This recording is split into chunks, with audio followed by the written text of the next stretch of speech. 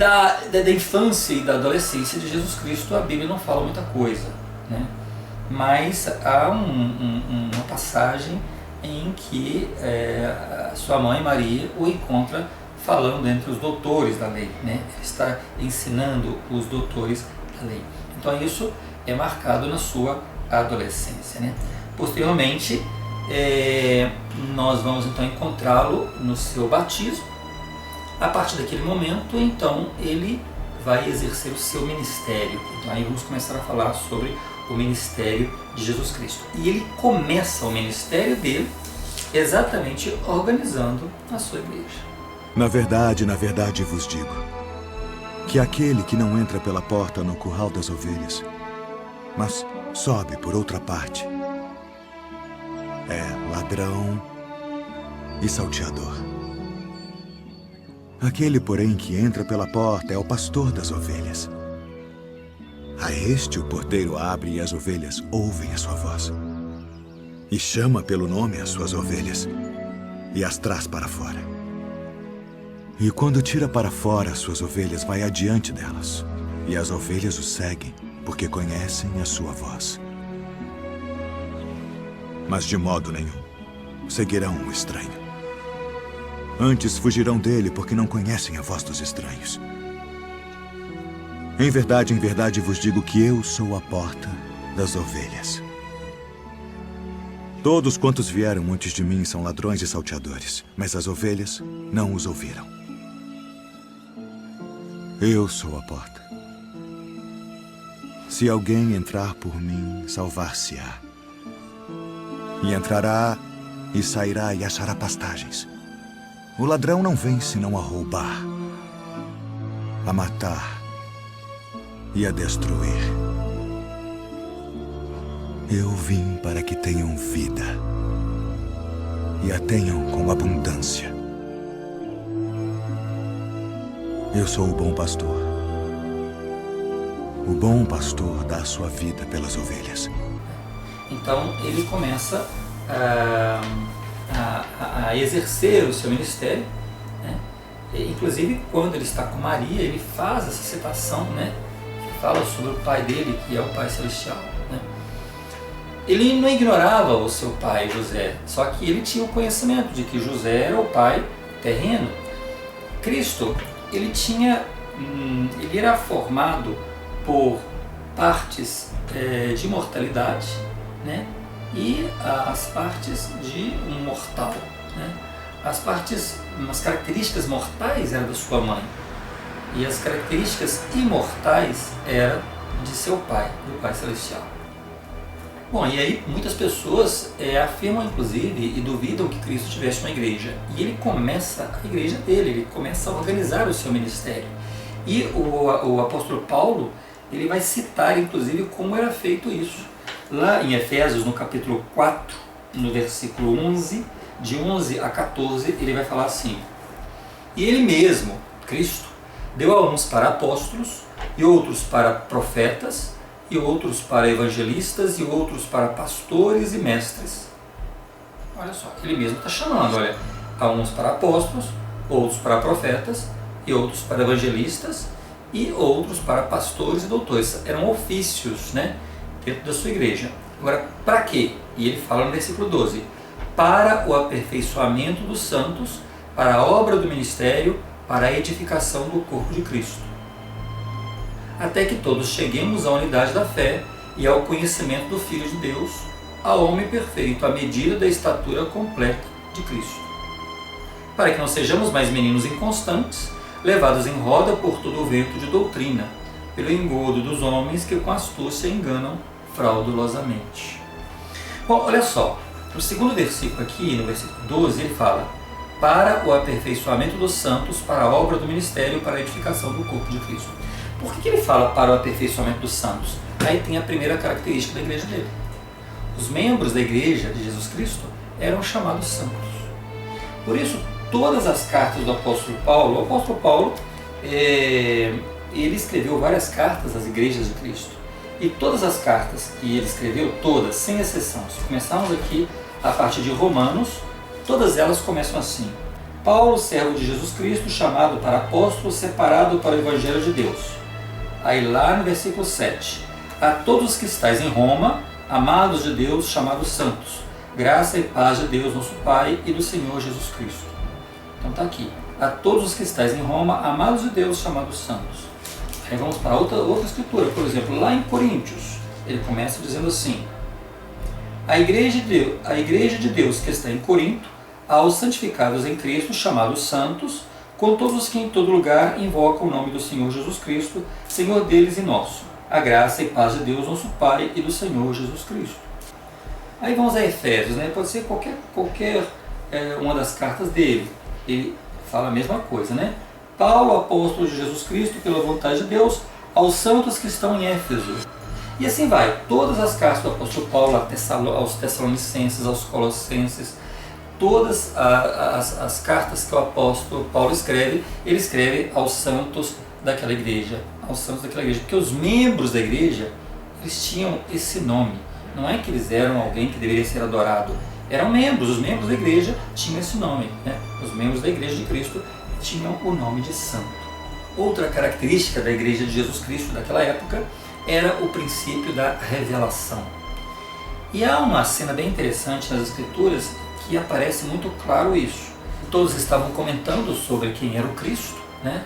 Uns diziam que era fulano, uns diziam que era ciclano. Quem é esse que anda fazendo milagres? Né? Então ele se aproxima dos apóstolos e ele então vai querer saber o que eles estão pensando sobre isso. E o relato diz assim, em Mateus, no capítulo 16, no versículo 13.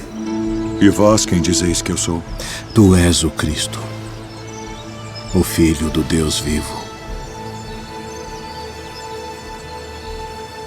Bem-aventurado és tu, Simão Barjonas, porque tu não revelou a carne e o sangue, mas meu Pai, que está nos céus. Pois também eu te digo que tu és Pedro, e sobre esta pedra edificarei a minha igreja. E sobre esta pedra edificarei a minha igreja. Quando ele fala e sobre esta pedra, ele está se referindo à pedra da revelação. Ele acabou de falar aqui, olha. E Jesus respondendo disse-lhe: bem-aventurado és tu, Simão Barjonas, porque tu não revelou a carne e o sangue, mas meu Pai que está nos céus. E também eu te digo que tu és Pedro, e sobre esta pedra edificarei a minha igreja, e as portas do inferno não prevalecerão contra ela. Claro, há uma coincidência, né, do nome Pedro e a pedra que ele estava falando da revelação. Se fosse Lucas, dizia: bem-aventurado Lucas, e sobre essa pedra, né, a pedra da revelação, edificarei a minha igreja. E as portas do inferno não prevalecerão contra ela. E eu te darei as chaves do reino dos céus. E tudo o que ligares na terra será ligado nos céus. E tudo o que desligares na terra será desligado nos céus. Porque o Pedro, ele era o presidente do quórum dos 12 apóstolos, né? Então ele seria o líder da igreja de Cristo, né? Bom, outra característica que também havia na igreja de Cristo é a autoridade do sacerdócio. O que vem a ser o sacerdócio? O sacerdócio é a autoridade que Deus concede ao homem para agir em nome dele aqui na terra. Simão Barjonas, pela autoridade do santo sacerdócio, E de juntar minhas ovelhas. não ireis pelo caminho dos gentios, nem entrareis em cidade de samaritanos, mas ide antes as ovelhas perdidas da casa de Israel. E indo, pregai, dizendo: é chegado o reino dos céus. Curai os enfermos, limpai os leprosos, ressuscitai os mortos, expulsai os demônios. De graça recebestes, de graça dai. Não possuais ouro, nem prata, nem cobre em vossos cintos, nem alforjes para o caminho, nem 2 túnicas, nem alparcas, nem bordão, porque digno é o operário do seu alimento. E em qualquer cidade ou aldeia em que entrardes, procurai saber quem nela seja digno, e hospedai-vos aí, até que vos retireis. E então, por isso, eu não posso, por exemplo, colocar uma roupa de guarda de trânsito, porque eu acho bonito, e ir para uma praça de uma cidade e multar os carros. Eu preciso ter autoridade para isso. Pois na Igreja de Cristo também, para que as pessoas pudessem exercer, né, qualquer atividade, qualquer ofício, ela deveria ter a autoridade do sacerdócio, né? E isso ele relata aqui no capítulo 5, nos versículos 4 a 6. Ele diz assim: e ninguém toma para si essa honra, senão o que é chamado por Deus como Araão. Assim também Cristo não se glorificou a si mesmo para se fazer sumo sacerdote, mas aquele que lhe disse: tu és meu filho, hoje te gerei. Como também diz no outro lugar: tu és sacerdote eternamente, segundo a ordem de Melquisedeque.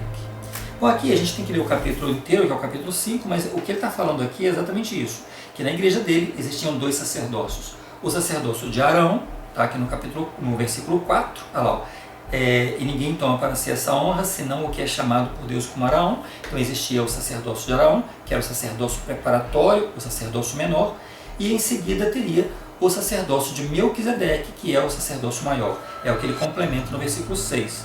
Como também diz no outro lugar: tu és sacerdote eternamente, segundo a ordem de Melquisedeque. Então, tanto um como o outro tinham atividades específicas, cada um no seu ofício, né? Na sua autoridade como portadores do sacerdócio, o arônico e o Melquisedeque. Então isso também seria outra característica da Igreja de Cristo daquela época. Bom, então a Igreja de Cristo ela foi organizada, ela foi efetivamente ela foi administrada, né? Ele reuniu os apóstolos, ele chamou os apóstolos e ele então estabeleceu como deveria ser. A igreja dele, inclusive, nas escrituras falam que ela sempre se reunia no primeiro dia da semana e tomava o sacramento, né? Partia o pão. Então, é uma série de coisas que eram feitas naquela época na sua igreja. Bom, isso também então é um fato importante que está marcado nesse milênio, né? Porém, a coisa não ficaria dessa forma, né? A coisa não caminharia sempre desse mesmo jeito, porque logo em seguida Cristo é perseguido, né? Ele é crucificado.